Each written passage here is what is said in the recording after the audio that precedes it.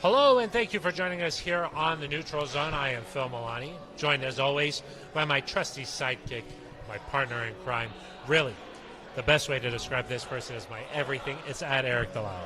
Phil, good to be with you. A tough Monday, of course, and I've been racking my brain. What went wrong?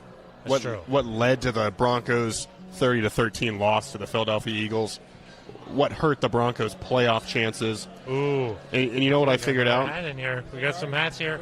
Get some hats? No, that's perfect. Thank you very much. Yeah, no, we're going. And you know what I figured out, perfect. Phil? It's that George Stoya joined us on the air. Got to be a bad luck charm. That is true. We should mention that we're broadcasting live at Breckenridge Brewery's farmhouse in Littleton, right off of Santa Fe and Brewery Lane. What gave it away? We're in Littleton. What gave it away? I think it might be some of the hats. We got some cool hats here. We got a Broncos hat in corduroy out here today. This is a Breckenridge Brewery on the back. This has Ben Swanson style written all over that it. is true. Artist style. Yeah. We're here every Monday from 6 to 7 p.m. Mountain Time. Right on the dot. Right on the dot, yeah. And we're also coming to you live on the Broncos YouTube page. And, Eric, this is a tough Monday, but we show up no matter what. We're always here. Yeah, we're always here. And if you want something to eat, just scan the QR code. Yeah, that's scan it right from they'll there. They'll get it deliver it to you, no matter where you live in the country. It's true. It's good service. Yeah, but if you're in the Denver metro area, make sure to come out. We're here every single Monday from 6 to 7 o'clock. And this show really is all about you, the fan, NZ Nation. Please leave a comment on the YouTube page while you subscribe. You know, hit subscribe and then leave a comment. Don't just hit it, smash it. Smash it. How do you do that? Got it. Leave a comment and then we'll answer them.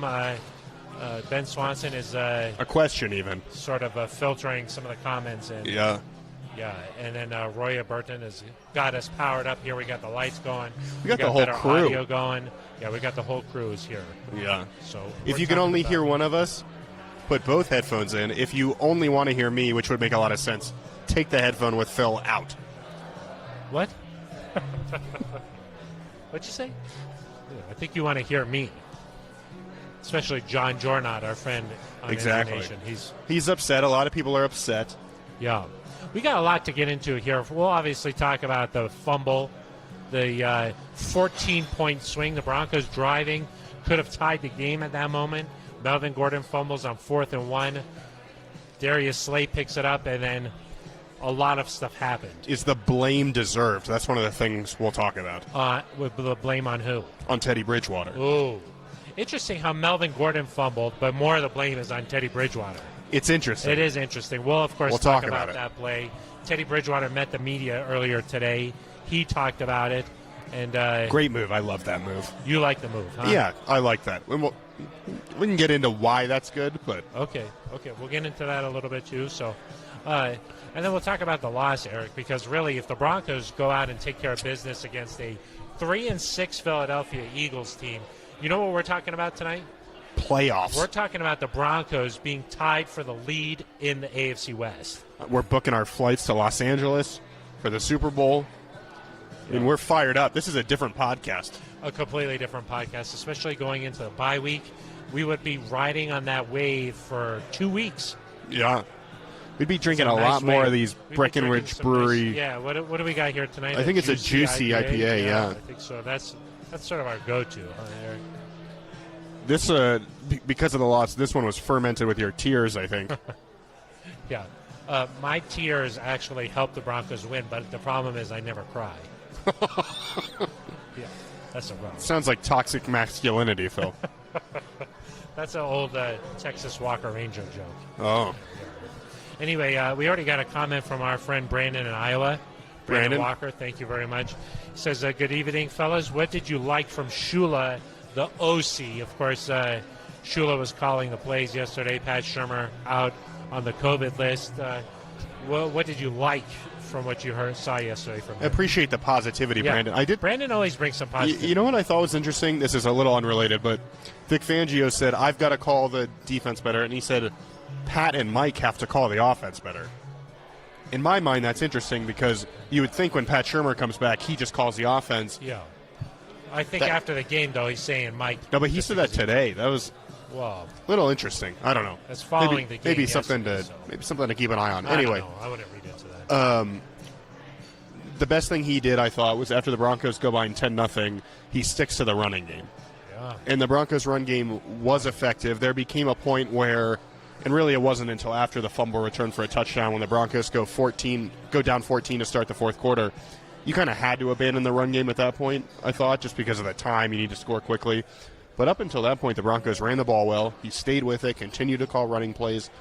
That was impressive to me because we've seen the Broncos get away from that at times this year. We have. On the postgame show last night with Todd Davis, that's the Broncos postgame show with Todd Davis, former Broncos linebacker Todd Davis. I'm on that too, right? You're on there too, yeah. Got it. It's actually involves everybody, the whole crew, gets together and we do that show. Ben Swanson is on it? In some ways, yes. In other ways, ways, some ways. not at all. Otherwise, not so much. He wanted more running game. He wanted even more because it was just so successful. Javonte Williams was getting whatever he wanted. Melvin Gordon was getting a lot of plays. Gordon obviously had the rushing touchdown. Wanted even more running, and it was working, Eric. I mean, there was one series, I think you get the ball down first and goal at the 4, I think it was, and then the Broncos throw 2 incompletions and have a run play that goes nowhere. That's a situation, Phil, where I kind of would like to see 3 runs. It's predictable in some ways, but yeah, the first time Teddy Bridgewater kind of throws it off Jerry Jeudy's helmet, like he threw that thing 100 miles an hour, and then the second pass just wasn't necessarily in the vicinity where someone could catch it. I like your chances of if you give Javonte Williams 3 or Melvin Gordon 3 opportunities to run it, whether it's to the edge or straight up the gut. I like their chances of being able to punch it in. Javonte Williams scored a touchdown. A play got called back because of a questionable call on Eric Saubert. I thought that could have not been called. It wasn't certainly not a bad call, but it could have not been called. That possession was sloppy. Yeah. Not just the Broncos, but I mean the Eagles had a penalty too. Yep. The Broncos had 2 penalties. There was that holding call, and then I think that hands to the face on Albert O, I believe. Yeah.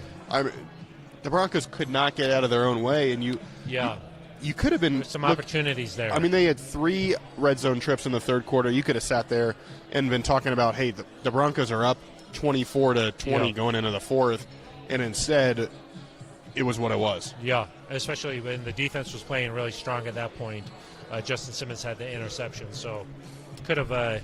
And one thing there is, if you tie the game, or if you're able to be a little bit more effective in the red zone and go up, then you need to make Jalen Hurts probably hold the ball a little bit longer.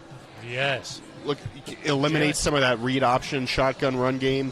Jalen Hurts looked good yesterday. He did look good. In the NFL, some things are puzzling to me, Eric, because one week Dak Prescott really can't do anything against this Broncos defense. 1 week later, Jalen Hurts is out there toasting them. Yeah. It's just every week is something a little bit strange. But the Eagles ran for, I think, 212 yards, if I'm remembering correctly. I thought it was 214. 214. But, yeah. But the Broncos let them stick with the run game because they weren't able to keep the score tied or weren't able to get ahead. But even earlier, Jalen Hurts was running down the field, and Kenny Young's back was toward him. Yeah, I mean, he's in man coverage. It's a tough play for Kenny, but you've just got to make a team one-dimensional by – and I'm sure people will ask questions, but for as bad as the rushing defense was at times, to me the loss is more on the offense. Yes. You've got to be able to put enough more points. Than 13 points. Yeah, you've got to be able to keep pace. The Broncos' defense only gave up 23 points. Yeah. You should be able to do enough that you're at least in the game late in the fourth quarter. Yes. As bad as things were on the defensive side, you have to just be able to help each other out on both sides of the ball. So let's get into the Teddy Bridgewater stuff because a lot of questions are obviously about that. Jake Hedge says he's not a franchise QB.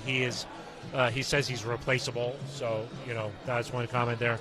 Mark Horning says it was a business decision, probably a smart decision, but it looked really bad here. Zap Toot says agreed. He should have tackled the guy. Let's see. And then Jake Hedge says Teddy not making an effort to tackle that guy and now a lot of people are saying they want Drew Lock back in there after that. Let's talk about there's this. There's so much Lock here. In one play, there's so much to talk about. First of all, let's start with the fumble, okay? Melvin Gordon 2 weeks ago fumbles at the end of the Washington football game.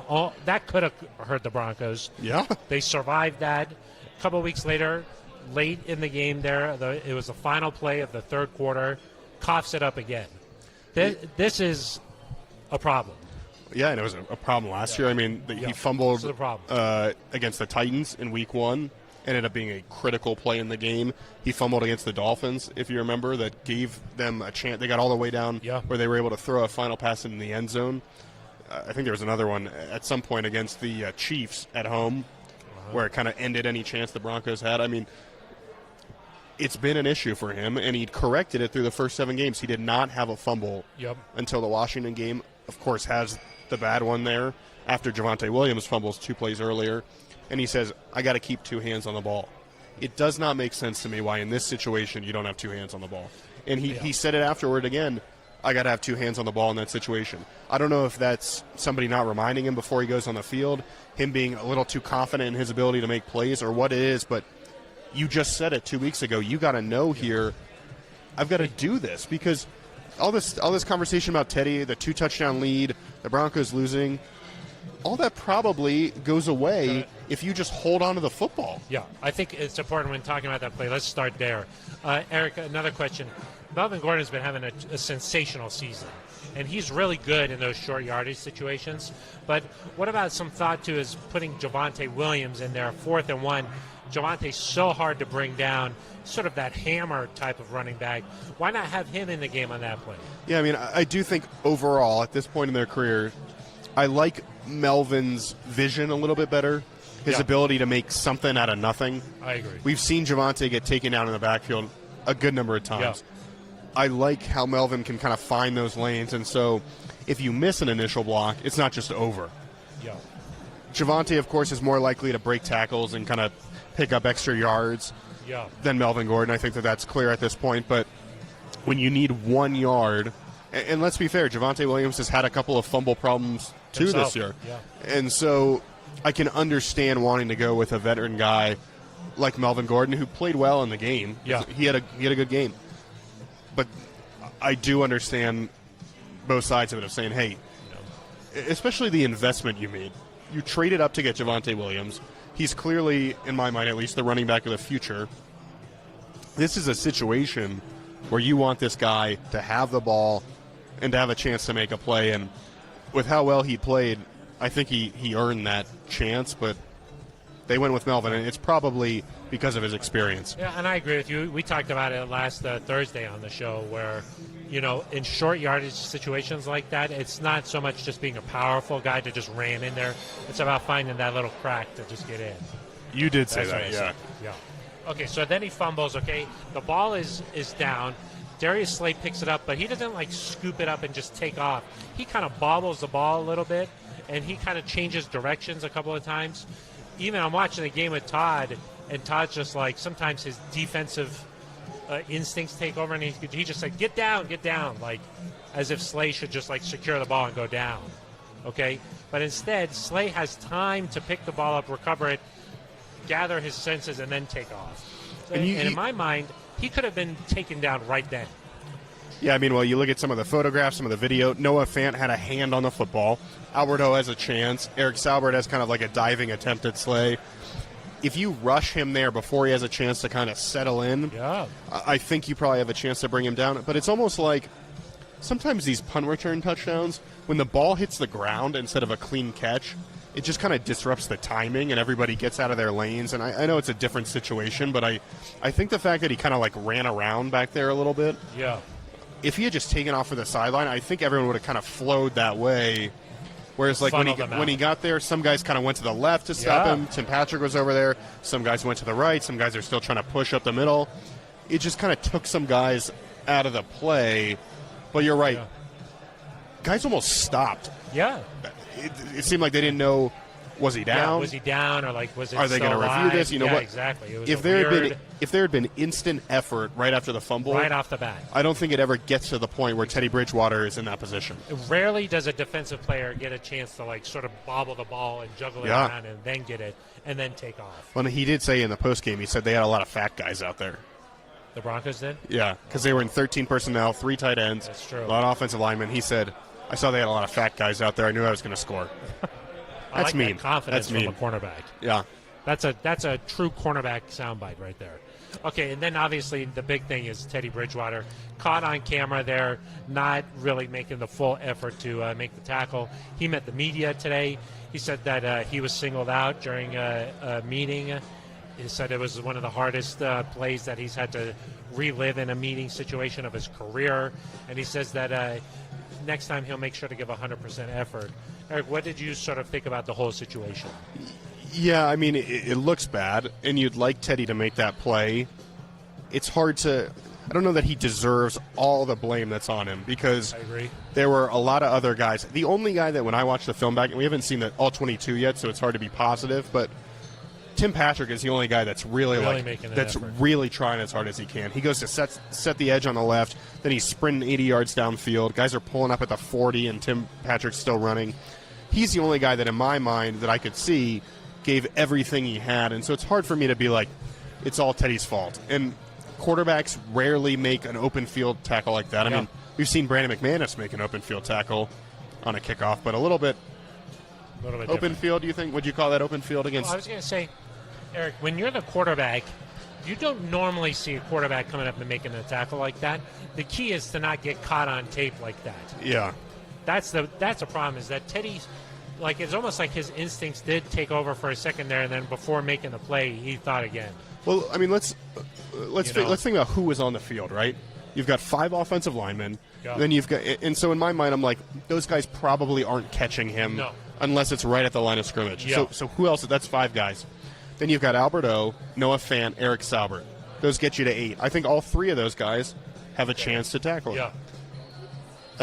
Melvin Gordon is on the field. Yeah. He's got a chance. He gets taken out both by Teddy and a defender kind of at the same time. I think he did. I thought Melvin tried to make a play there, too. Late in the play, I think that was the case. Maybe not right away. And then you've got Tim Patrick and Teddy Bridgewater. So really you've got 5 guys capable of making a play. Yeah. There were plenty of guys that weren't trying for it. And the thing that bothers me is you're like, oh, Teddy's making a business decision. Teddy's afraid of injury. Teddy Bridgewater almost had his leg amputated and came back to play football. That guy's not afraid of contact. Yeah. I wouldn't say that. You know what I would say is just that you don't really need your quarterback to be making that play, you know. And most teams in the league don't want their quarterback to do that because for the next series, live for the next game. You know, like let's say the Broncos are all in on Teddy Bridgewater. Vic Fangio really affirmed that again today. For this season. So that's what I'm saying. Yeah. And so all these people who are like, it's time for Drew Lock, that's not going to happen right now. No, it's not. I mean, that is just not going to happen. I mean, Vic has been asked about that several times now, and he's just like, no, stop, you know. I don't think you said stop. But that's sort of the mindset here. And I think that you want your quarterback to live for live for the next down, live for the next drive, live for the next game. But football purists are going to be like, no. Your brothers are out there making the tackles. They're getting injured. They're getting banged up. So you should be too. And so that's sort of like a football purist mindset. And I get that. You know, I mean, I get that. That's part of the sport. The physicality is part of the sport. But I just don't think your quarterback, you shouldn't have to rely on that. The key and the problem with what happened with Teddy was that he was caught on camera backing off. Yes. And not going for the tackle. Well, and his initial response after the game was, I was forcing him this way. Yeah, and that was wrong, too. It didn't match up with what happened. Yeah. And I did think it was good that he came out today and he said, listen, that was unacceptable. It's not the type of effort I want from myself. Yeah. It was a hard play to watch, et cetera, et cetera. Because if you think about it, Eric, if he makes that tackle and say the defense stops him, Broncos get the ball back, then they're still in the game. They're down at 7. That point. Yeah, exactly. Now, no, there's no guarantee. That was around the 50, the Broncos 40, somewhere in there. Yeah. There's no guarantee the Eagles don't kick a field goal anyway or score a touchdown anyway on that drive, which would have put them up either 10 or 14 points. and then you're in the same position. I mean, I almost thought it was worse that on the Broncos' ensuing offensive drive, they go 3 and out. Exactly. Because you're down 14, you're like, oh, you just move the ball. He misses Judy on a wide open. That could have been a touchdown and a momentum changer too. That wasn't great. But, you figure you've got a chance here if you can go down and move the ball like you did, and they just didn't do anything. That, to me, was just as bad, that they're not able to put something together. But listen, Teddy got caught in a bad scenario because of a number of things that happened beforehand that shouldn't have happened, including the fumble, including some missed tackles. That's the bigger issue to me, and I just think the apology was good because, and I don't want people to take this the wrong way, but like Teddy is not concerned with the fans' perception or the media perception. His teammates. His teammates are what matter. And so if there's any teammates that are matter thinking, this guy should have tried harder, today he kind of addressed that. Because it was interesting to me that something I thought about last night is, how does Teddy tell his teammates, you got to give everything you have when he's not doing that? And so to come out and apologize, I thought that was the right thing to do for his teammates. Yeah. The rest of it, to me, doesn't matter. Yeah. It's a tough play because if Melvin Gordon picks up that first down and you score a touchdown, maybe you win the game. If Teddy stops him, I mean, here's a question. Even if Teddy tries to tackle him, there's no guarantee he tackles him. Yeah. It's just that. But he could have slowed him up enough to make somebody else catch up to him. But the other guy who was right there, I mean, Melvin Gordon gets blocked. Yeah. And then Cam Fleming is there. I mean, even if Teddy slows him, there's no guarantee that Darius Slay is getting tackled by Cam Fleming. One thing that also might have been in the back of his mind is that heading into the game, he might have been thinking, I can't get hurt because Drew's not the backup this week. Like he might have been thinking that too. Like, I don't know if people want to hear my thoughts about the backup quarterback position, but you think Rippon is a better backup than Drew? No, I'm not saying that. I just think that. Yes, it's probably it's probably closer than people. Sort of saying it's probably closer than people would like to admit. Wow.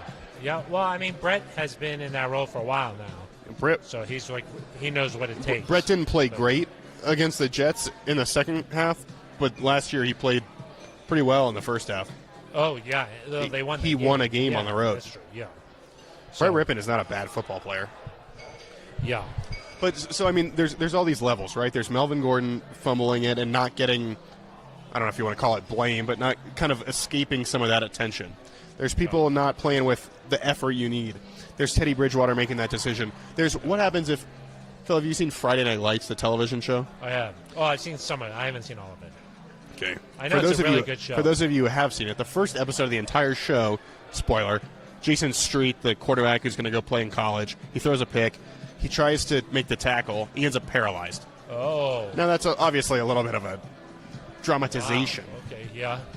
But there's something to be said for the fact that if Teddy gets hurt and has to miss the rest of the season, then you're like, well, you probably shouldn't have tried to make that tackle. Yeah, exactly. So, and for him, obviously, personally, at the end of this year, he's a free agent. Yeah, I mean, you hope he's not prioritizing that. But, yes, but I think that's what people mean when they say business. Oh, of course.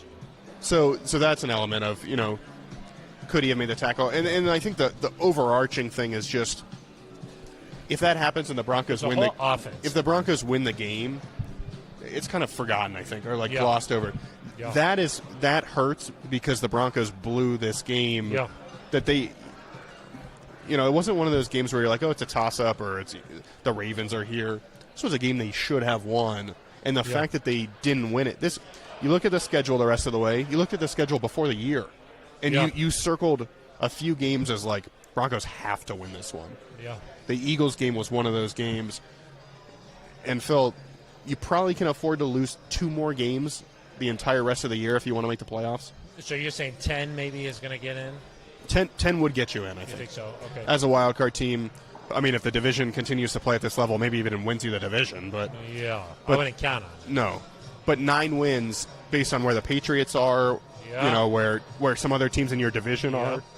9 wins is not going to get you a wild card berth. No. And so to go, I mean, just the difference of after the bye, you could have won 4 and lost 3 if you had won the Eagles game, and you would have gotten to 10 wins. Yeah. Now all of a sudden you can only lose 2 more games. You've still got to play the Chargers twice. You got to go on the road to play the Raiders. You got to play the Chiefs twice. I mean, Eric, the team that came out there and trotted out and played the Eagles yesterday, they shouldn't be in the playoffs. But the team that played the Cowboys the week before should be. Definitely be in the playoffs. And so it's just confusing. What is happening that is – where's the disconnect? Yeah. Because clearly the team is good enough to play. And even if, people talked about the Cowboys made their own mistakes, that's true. Yeah. But the Broncos still would have been in that game. They're still playing that, and Playing high to high it's a close game in the fourth quarter, even if some of those things happen. But the talent is there. But that's, this is a team, most wild card teams, Phil, struggle week to week to be consistent. Yeah. They're not going to go win 6 games in a row. They're going to win a couple, they're going to lose one. They're going to win one, they're going to lose a couple. That's what happens. But this team won 3 in a row, Right. lost 4 in a row, Right. won 2 in a row, now lost. But you're going to lose more games, and so when you're in this position, you can't afford to lose. We've talked about from the very beginning of the year, you have to win the games that you're supposed to win. They were supposed to Good win teams win the games they're supposed to win. Broncos were supposed to win yesterday, and they didn't do it, and now their margin for error is gone. It made that Cowboys game all for naught. Exactly. I hope the Broncos are able to turn it around after the bye, get some guys back potentially. Bradley Chubb, Garrett Bowles. The Chargers have not been playing great football, but they've been playing decent. But if you go out and say you lose that game at home, now you're looking at a situation where you've got to, peel off 5 wins in a row or something like that, which we haven't seen the Broncos be able to do. So and maybe it's good because we've seen the Broncos be at their best when the stakes were high against the Cowboys. Yeah. So maybe something about that helps them, but they gotta be able to get fired up for everybody. And one way you could say, last week all the talk was about how they needed to take this Eagles team seriously, how important a win was before the bye. Addicted to winning. The team that was talking last week is not the team that showed up. No, and they fell behind 10-0. You're like, uh-oh. They got back in it. Especially because this Broncos team had not overcome a 10-point deficit all year. And you're like, this team is not built for that. Here's a stat that Ben Swanson and I found early in the year. Teddy Bridgewater, when trailing by a touchdown at halftime, I think he has 1 win in his career. Maybe none. I mean, it was not a good. I think it was 1, if I remember correctly. It's not a good stat. It's like 1 in. Before this year was like 1 in 9, 1 in 10, something like that. Was not good. And so they go down 10-0. And you're thinking this is not going to end well. They come back and you're thinking, okay, this is what good teams do. They respond to early adversity. The defense had gotten a couple stops. The offense was moving the ball, and you're like, this is a good thing. And really, the Broncos were lucky it wasn't 24-10 at halftime because Quez Watkins drops a touchdown pass in the end zone late in the half. It's just a disappointing way they came out. They were not fired up. They didn't look like a team that was like operating on all cylinders. Really had an opportunity to take advantage of an Eagles team that they should have been able to beat at home. Could have been tied at the top of the AFC West. Could have been feeling really good at the bye week. All these things. It didn't look like a team that was ready to seize that opportunity. So here's a question for you, and I know we probably got some more fan questions. I was going to say we got some more. Which Broncos team is the real Broncos team? Oh, yeah, that's what I want to know.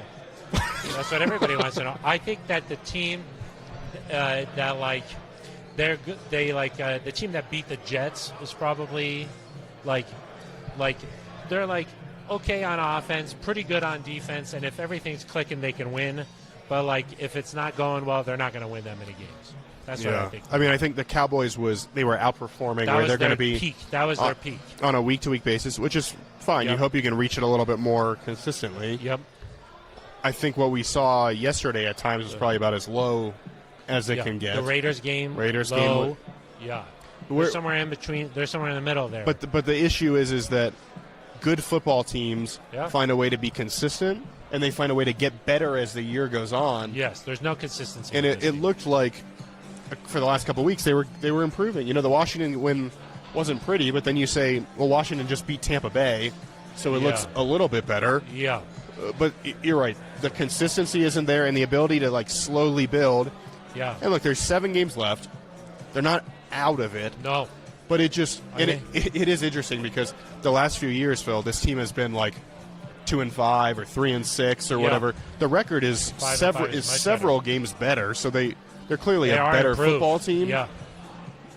But the expectations were higher. A little bit higher. It is interesting because a lot of people before the year predicted 9-8, 10-7. Yeah. They're pretty much on that path.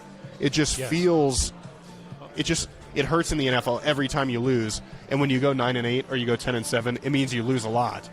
I would say if this Broncos team can stay around 500 and maybe win a couple games in a row late in the season, they might sneak in. That's what it feels like. If they could stay around 500 and then win a few games to close out the season, they would get. I don't think that there's a way. I don't think they're going to make the playoffs without 10 wins. And so what we have seven. They got a couple Broncos more have weeks where 7 they games can go left. 2-2, and then they got to finish out with 3 so wins. say you split the Chargers and Chiefs, that gets you to 6-6, right? Yep. You probably need to beat the need to win Bengals both of those. and Yep. Lions. That gets you to 8-6. Yep. And then you'd have to finish 2-3 with the Raiders on the road, and the Raiders are kind of flailing right now. And then the Chargers on the road and the Chiefs at home. I mean, it's now compare that to if you had said you win this week against Philly. All you have to do is split the Chargers and Chiefs, beat Detroit and Cincy at home, and win one of those final 3 games. The task would feel much different. Yeah. But you can look at where does this rank compared to the Raiders' loss and the Browns' loss? Well, I'm not sure because both of those games I thought the Broncos should have won. You know, like the Raiders, obviously the John Gruden stuff all happened that week. And then the Browns were completely rattled with injuries. So, like... Riddled. Well, I think you could be riddled and rattled. You could be, but Ben Swanson disagrees. I think they were rattled, too. Rattled with injuries. Got it. And riddled. I think you could probably be both. But the Broncos... I would still put the Cleveland loss at the top of... Yeah. Just because of how beat up that team was. But it was Thursday night, so there's a little bit of weirdness. The Keenum there. element. And then I would say this Philly game. And then the Raiders, to me, that's kind of the least bad of those 3. We got so many questions. I don't even know what Ben Swanson's doing. He needs to filter these, but he just sends everything, apparently. We're rattled with questions. Jordan maybe I would say. Gosh. The Eagles were in too high a lot with the run game. Guards we got, why not run it? But this is countered with Jake Hedge, who says we need to spread and stretch the field. It'll open up receivers and the running game. Teddy throws the ball like 5 yards every time. Yeah, Phil, why don't you explain what too high is? I don't really want to get into too much of that. I'm more of the emotional. But I would say that's probably when 2 safeties are high. Nice work. Yeah. I will say the lack of a deep passing game hurt the Broncos against the Eagles because you do need to challenge them. You need to get the could have got some secondary two-way to playoff. goes, maybe. My gosh. Going there. I think I saw today Teddy Bridgewater attempted 2 passes of more than 20 air yards. One was the miscommunication with Jerry Jeudy. Yeah. And I think one was that late pass to Cortland Sutton that was called for pass interference. He's got to stretch the field a little bit more just to keep the defense honest, to be able to let you pick up some of those. I mean, Pat Shurmur talked last week when he was in the building about on some of these third downs, you got to be able to throw short of the sticks and pick up the first down. Yep. But part of that is you need to have enough of a threat deep where the guys are playing off enough. Exactly. That you can get some of those underneath routes to open up. Yeah. So that that was a definite issue, and again, that's been a week-to-week thing. I think guys are going to dare Teddy to throw deep consistently until it happens. Well, I would say this, Eric. You think about the weapons the Broncos have on offense. Like, did Cortland Sutton really impact the game yesterday? Did Jerry Jeudy have a big impact on the game?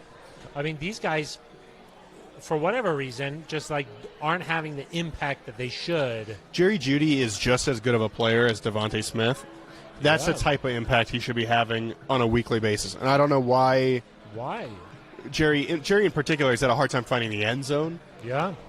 Obviously, there was that one. It looked, the pass to Jerry Jeudy looked similar to the touchdown that Tim Patrick had against the Giants, where he kind of comes across the formation and Teddy pitches it to him and he gets in.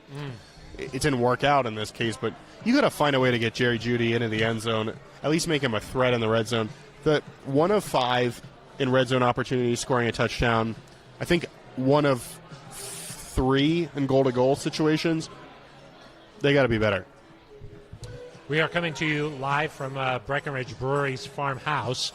We're trying to make it a farm home. It's in These Littleton hats are here. helping. Yeah, I kind of like this hat. This one's pretty nice. I can't see it because you're holding it toward the So camera. what do you think about that? That's nice. This one's also nice. This is a Ben Swanson's hat. He brought it. More of a Ben Swanson type of hat. Yeah. We're here every Monday from 6 to 7 p.m. Mountain Time. We're also obviously live on the Broncos YouTube page, so please leave a comment. Should I put like something under the hats and then move them around, and then if you guess where it is, you get a free beer maybe? Yeah. Could be. The idea is that this show is all about the fans who are leaving comments, and we try to answer them. Ben Swanson sometimes he's in control of the comments, but he doesn't do a great job.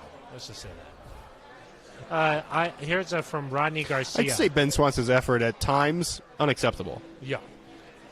I feel over the past year and a half we've been so bad at home. Is the coaching staff to blame for these losses? We were so dominant at home in the previous years with hashtag 18. Or maybe number 18. Well, I don't really know these days what hashtag the pound sign I don't means. think you can hashtag a number, if I'm correct on Twitter. I don't think it works. Listen, the Broncos were probably better on the road with Peyton Manning, too. But I will say, traditionally, the Broncos have been very good at home. Yeah. I mean, the fact of the matter is the Broncos have not played well anywhere the last few years, and so you're not going to be as good at home. True. But there is something to be said. The quality of losses the last 2 years have not been good. I think I saw a stat today. Our old friend Andrew Mason said the Broncos have had more double-digit losses at home over the last 2 years than any stretch in the team's history. That includes the 60s. Yeah. And there's 4 home games left this year.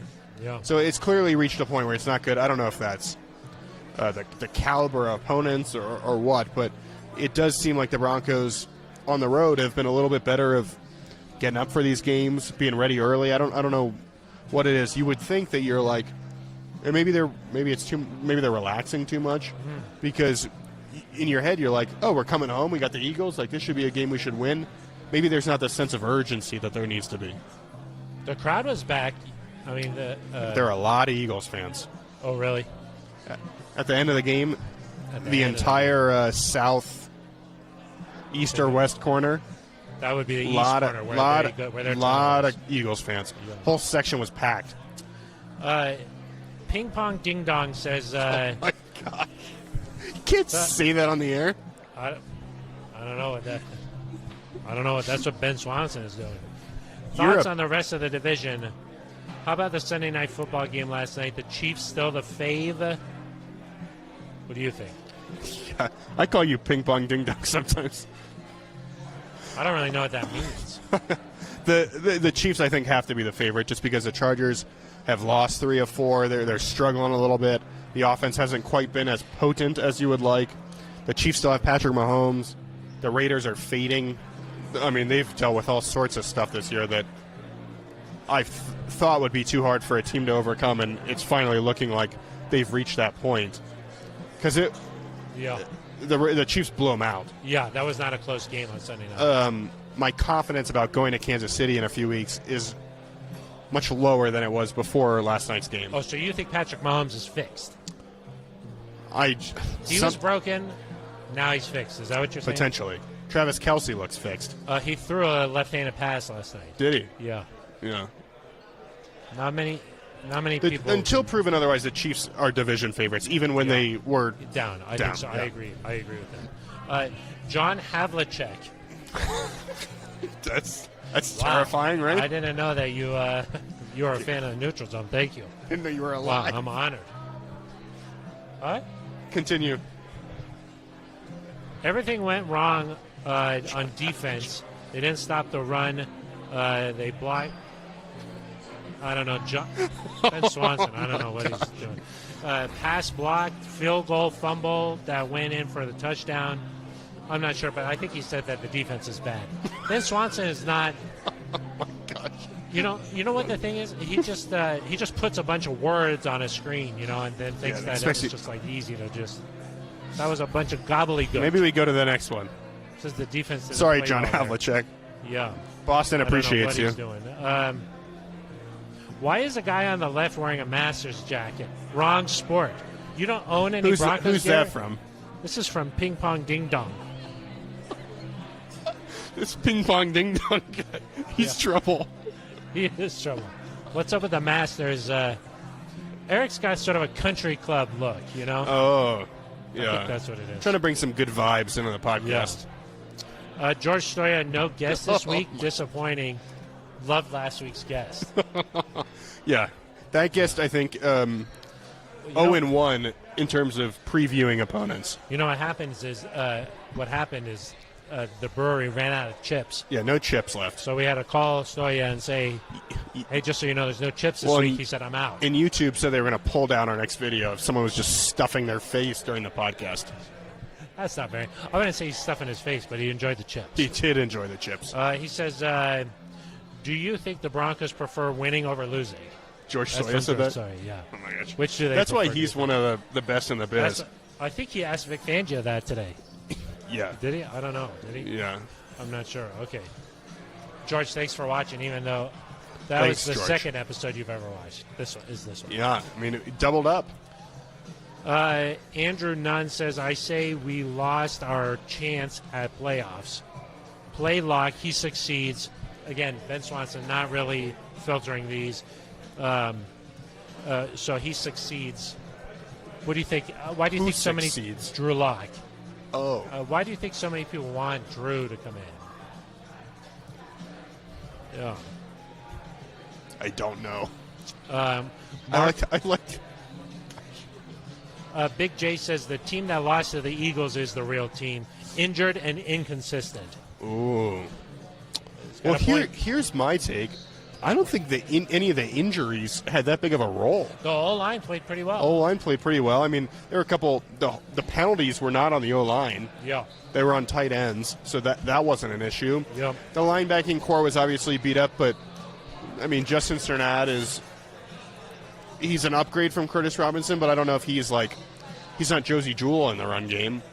And so, of the guys that could have potentially played this week, to me that's not an excuse. 8 of the 10 guys listed as questionable played.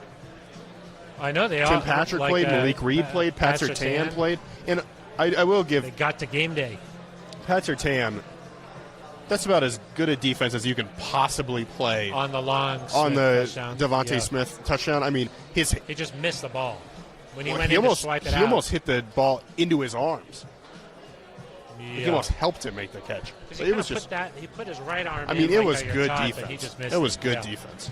That was you couldn't have put the ball in a better spot. Players play, coaches coach. You can't defend the perfect pass. No, you cannot do it. Well, if you sack him, you could probably. There were a few times Jalen Hurts had too much time. There were a couple of times. That's true. As a guy who has too much turkey, sometimes too That's much coming up, huh? is a That's bad coming thing. up. Yeah, Turkey Day.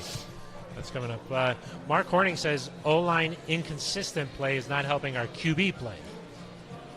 I mean, the guys that were in there, Minor seems to be showing why the Broncos took him in the third round. Yeah, I mean, there's a good chance he's a starter next year. Calvin Anderson was pushing to get more playing time, and Cam Fleming, I think, has been doing a pretty good job. So yeah, they didn't lose because of the offensive line. There were a couple protection issues, especially early in the game, but they didn't lose because of the offensive line. Jake Hedge says, been saying for weeks, we need a Ted Lasso. Bring in some good energy and bring the team together. You think that's what they need? Because, Eric, one thing that I thought was interesting was Draymond Jones's comment after the game. Yeah. Said that the players need to play better and the coaches need to coach better. Rarely do you see a player comment on the coaching. Yeah, I mean, I will say Malik Reed came in after that and said that Vic Fangio said in the locker room that the players need to play better and the coaches need to coach better. So you think he got it from? I think it was from Fangio. I think he got it from Fangio. It just came out. No one had heard Vic Fangio say that, and so then it becomes like, ooh.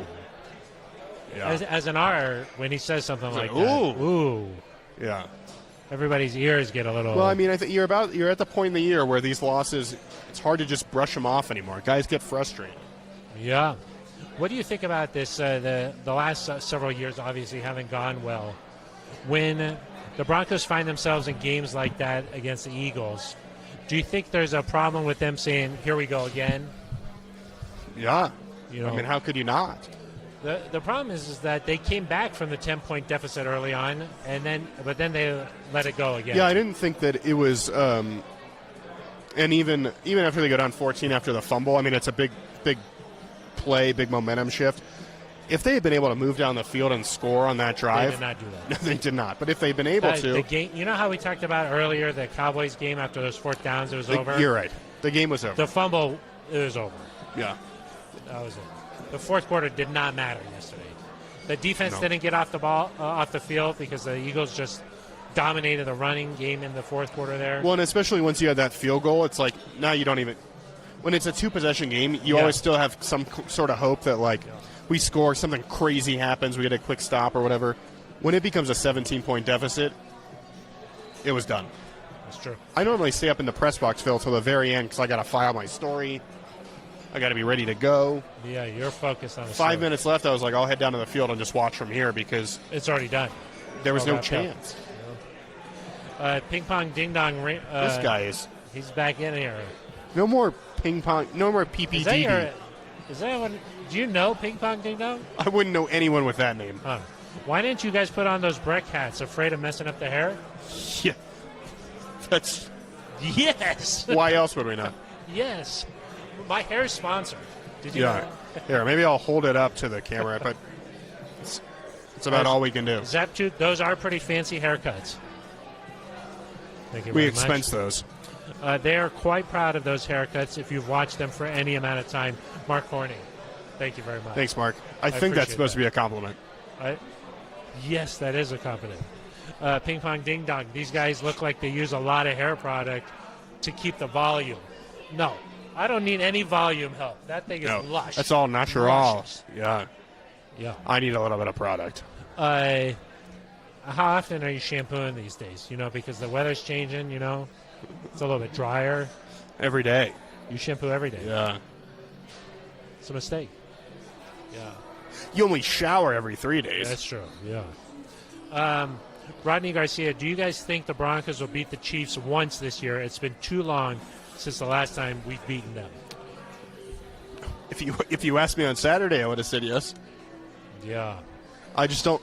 The problem is like, Phil, we're paid to analyze this team, to talk about what we know, to discuss the upcoming. I don't know what this team is. Yeah. Because I don't understand how you can go from, it'd be one thing if it was a close game against the Eagles and you lost on a last-second play and it's just kind of fluky and you're like, okay, anything could happen. But the fact that you won the Cowboys game by 14 points and really you were up 30-0 for most of the game, then you lose this one by 17 points to a 3-6 team. It's like, which team is real?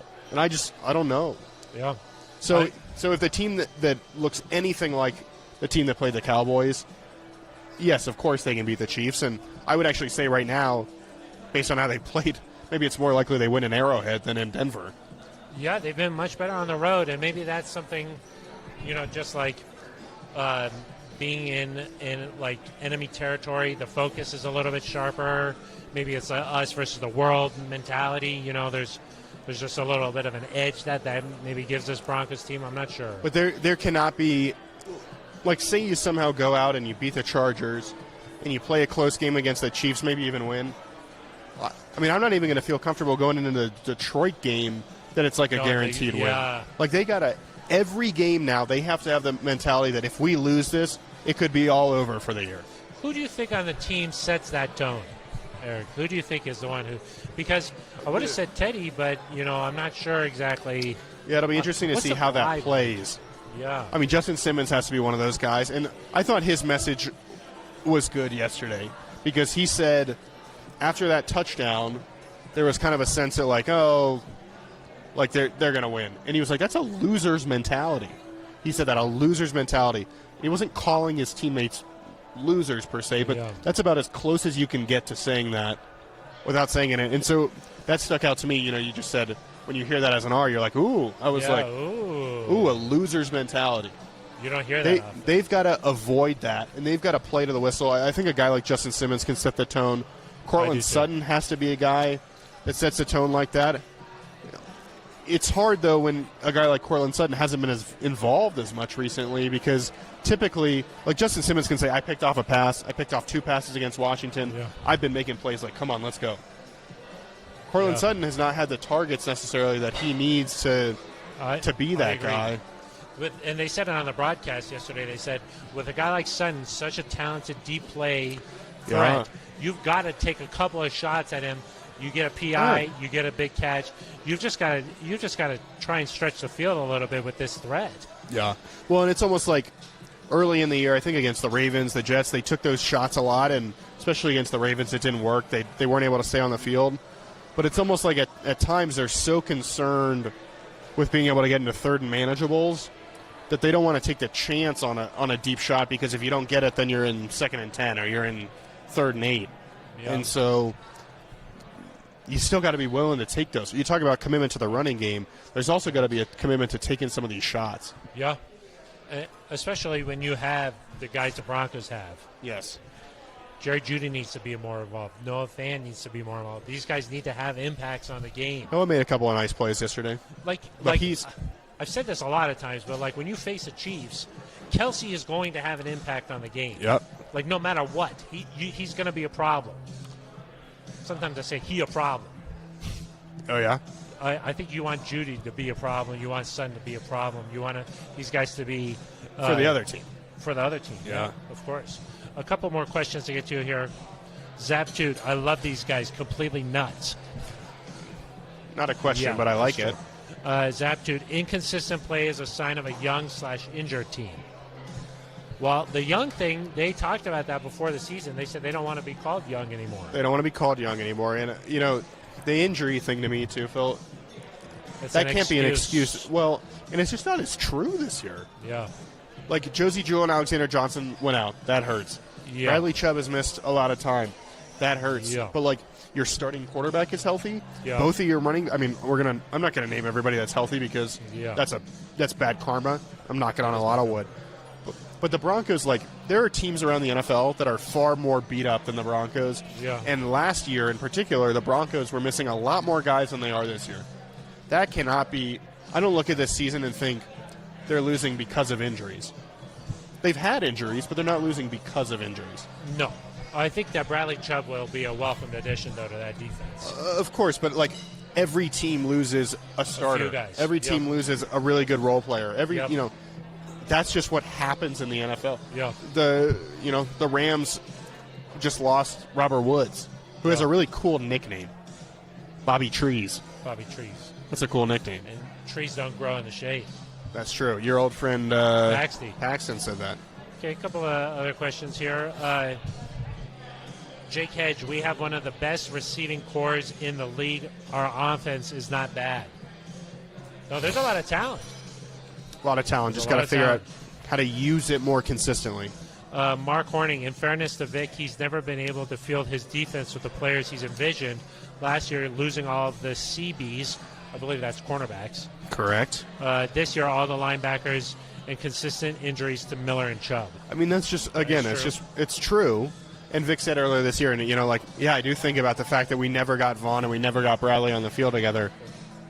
But the Cardinals are probably like, man, we wish we still had J.J. Watt. The Washington football team's probably like, we wish we still had Chase Young. Yeah. The Buccaneers secondary is beat up. Rodney Garcia says, I was happy for the interception by Simmons, but at least try to return the pick to get better field position. Don't you guys agree? It could have been a spark. Eric, I'm really happy that Rodney brought this up because this is something I've thought about for a long time. Okay? And I talked to Todd Davis about this yesterday. Oh my gosh. Okay? I was like, why is it when defensive players pick off the ball, why do they just go straight to the sideline and go out of bounds? Because the exact point that Slay brought up for the Eagles is that there's a lot of fat guys on the field, and he felt confident about returning it. Yes, I agree. Like, if Simmons doesn't just run out of bounds there, maybe just take a second and realize I'm probably the most athletic person between the ball and the end zone. Now, I've got the ball. I'm the most athletic person here. I'm gonna try and do something. Todd was like, no. They teach you, run to the sideline. That way you got the best chance to slide down the sideline, and that's how you do it. You know who went to the sideline a lot? Aqib Talib. Aqib Talib went to the end zone a lot. Via the sideline. Yeah. He it was not a direct flight. He would get off at the sideline and then transfer to the end zone. It was direct to the end zone. Yeah, via the he sideline. picked that ball off and went straight to the end zone. But you know what? Aqib Talib played wide receiver in high school, played a little wide receiver in college. I think Justin KU. Simmons did too, right? I'm not sure. I don't know how much. I think we went to his high school. Yeah, he played basketball. Where can you check that out? DenverBroncos.com. Long time ago. Yeah. Let's see. Do we have anything Heard he has a else? sandwich named after him. Did these dudes even play football in high school? Phil, did you? I did not play football. Is that from Ping Pong Ding Dong? No, this is not. This is from Brandon DeSanti. Oh. No, I did not play football in high school. But do you have to play high school football to talk about football? I don't know. I did play a little bit of high school football. Not great, but enough. More than you, I guess. Where did you play high school football? At the country club. Not in the tough. Yeah, you guys paused for daiquiris at halftime. Yeah. You were Not out there true. running two-way goes? Yeah. Yeah, you were just crushing it out there, huh? Yeah. I did not play football. No. I played flag football, though. Oh. Intramurals? This ain't Yeah. intramurals. At CU. Yeah. SCO. I was chilling out there. We got about 4 minutes left in the show. Eric, I know you're stressing it out. You're stressing out. A little bit. This Don't worry blinking about is it. nice. Don't worry about it. Jake Hedge regarding the Simmons return. Because they usually have bad ball protection and fumble, plus they don't like to get hit. They like to hit. That's a fair point. Ball protection. The last thing a defender wants to do is intercept the ball and then fumble it. I just think there's a lot less congestion when you can get to the sideline. Yeah. Sometimes you run out of real estate, though, and you just go out of bounds. Sometimes. He picked up 20 yards. Ping Pong Ding Dong says, please preview the bye week. How will you guys kill time on the show next Monday? More deep dive into hair products. We'll get to next Monday when we get to next Monday. There's a lot to talk about next Monday. Yeah. Like, Chargers? Yes. Yeah. We'll preview some Chargers game. You know, there's a lot going on. Yeah. I wouldn't worry about it. No. We can fill time. Fill with a PH. With a PH, yeah. I think that's about all that we have here. Mark Horning says, sign me up for that league. I think it was for the daiquiris at halftime. Yeah. It was nice. Probably refreshing. Second half was a bit of a blur sometimes. Yeah. Well, I was going to say, if it's high school football, maybe it's just a virgin daiquiri. Not where you went to school, huh? They took care of you, huh? Okay. Yeah. I think that's probably all the questions we have. Swanson's not making any sense, really, now with the comments. So I think it's time to wrap up the show. I think it is. Yeah. So we always enjoy being here every Monday from 6 to 7 o'clock at Breckenridge Brewery's farmhouse in Littleton. We are trying our very, very best to make it a farm home. It's off of Santa Fe and Brewery Lane. Brewery Lane. And hang out here. There's always a lot of people here hanging out. Roya Burton's here normally. Yeah, Roya Burton doing an excellent job getting this show out on the air. Ben Swanson, I give him a hard time, but he does a pretty good job. Huh? It's fine. He's still trying out for podcast supervisors. Yeah. We'll see. We'll see what happens. So we'll be back, of course, this Thursday. No, I don't think we will be. You might be. I'm not. We will not be here this Thursday because it's the bye week and there's nothing to talk about on Thursday. No. But guess what? Sorry, Ping Pong. We'll be back next Monday here at Breckenridge Brewery. Yes, we will. Double Breck Brew. Yeah. So no Thursday show this week. So if you're like, it's Thursday, where's my show? Sorry, it's the bye week. Just call Phil. His phone number. Yeah. My address. Just come over to the house. Yeah. You know, we'll just hang out a little bit. Right? You're in Cherry Hills, right? Yes. Yeah. I'm right next to the golf course. All right, that's going to do it for us. For Eric Law, I'm Phil Milani. You have been listening to The Neutral Zone.